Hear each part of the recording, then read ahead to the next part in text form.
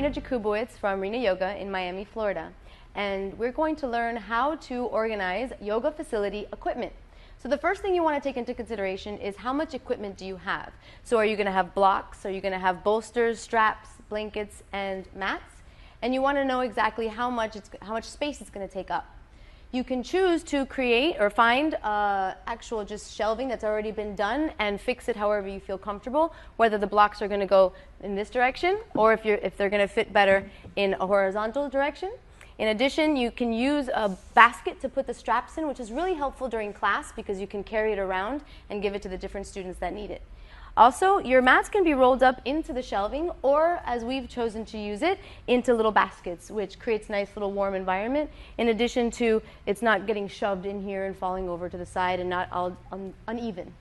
So you can find shelving that's already been done and use it like that, or you can actually get custom shelving. So this custom shelf, you can change the pegs in whichever place you want them. You can bring them higher or lower in order to fit whatever equipment you need. If you've noticed, we've put the bolsters on the top. We could probably fit one bolster per shelf here if we wanted to, or just by changing the different pegs, we can fit as much as we want. In addition, you can always not have a back to the shelf in order to let things come through, just like this shelving here shows.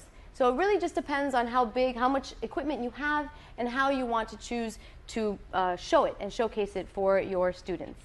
So thank you so much. I am Rena Jakubowicz from Rena Yoga, and hopefully that helped you learn how to organize your equipment a little bit more.